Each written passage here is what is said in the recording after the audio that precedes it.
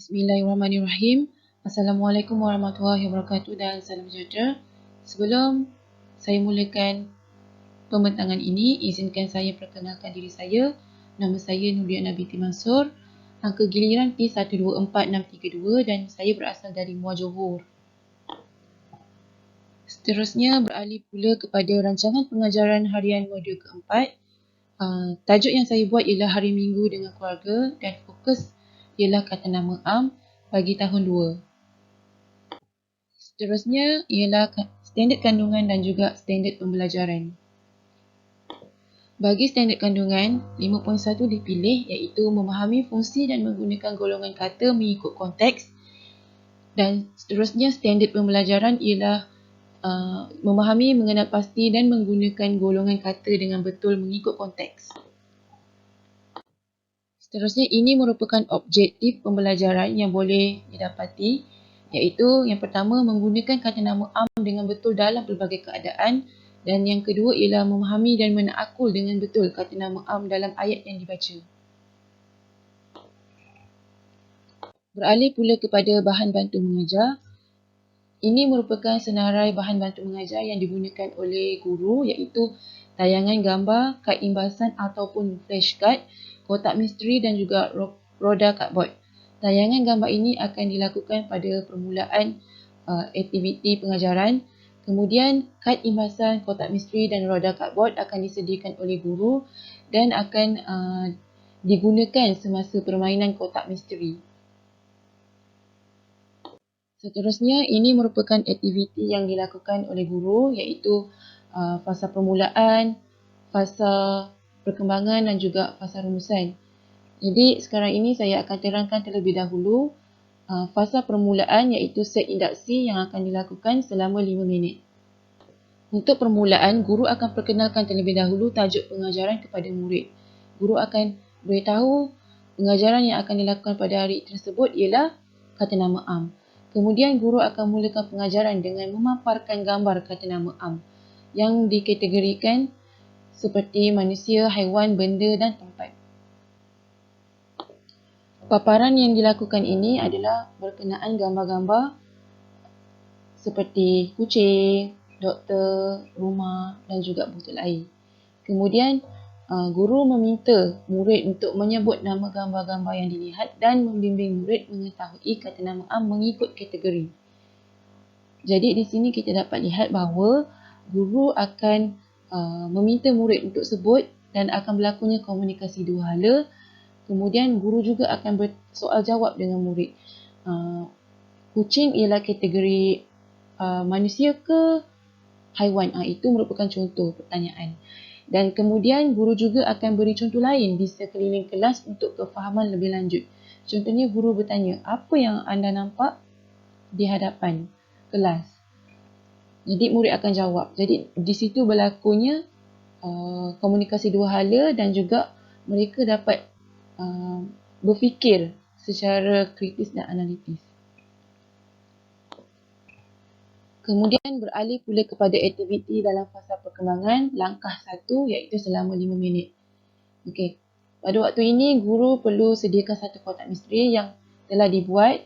Hanya sediakan kotak tersebut di hadapan kelas dan dalam kotak tersebut mengandungi gambar-gambar berkenaan 4 jenis kata nama am.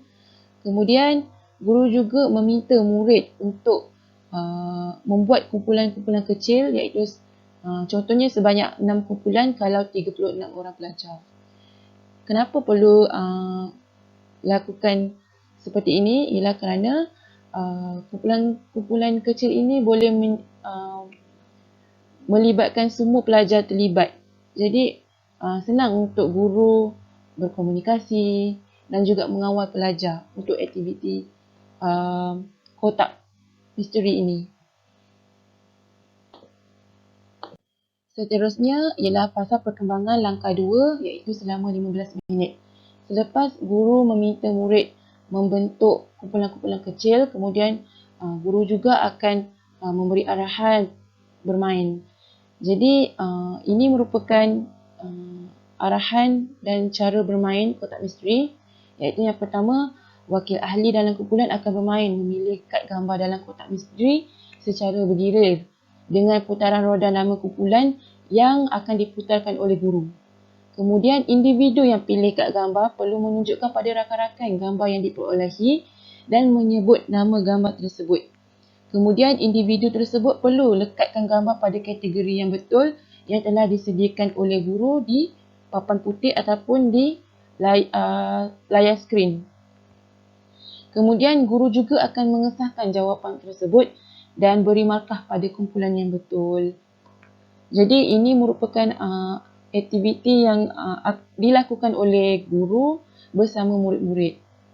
Kemudian setelah beberapa pusingan telah dimain oleh pelajar, jadi guru merumuskan aktiviti permainan dengan menyatakan di sekeliling pelajar mempunyai kata nama am dan mereka juga perlu tahu setiap apa yang dilihat ini mempunyai nama.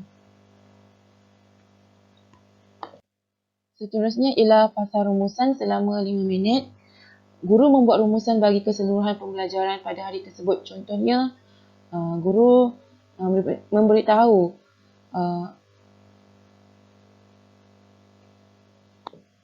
dan mengingatkan semula kepada pelajar tentang kata nama am seperti kategori kata nama am dan juga bertanya kepada murid tentang kata nama am yang telah dipelajari oleh mereka.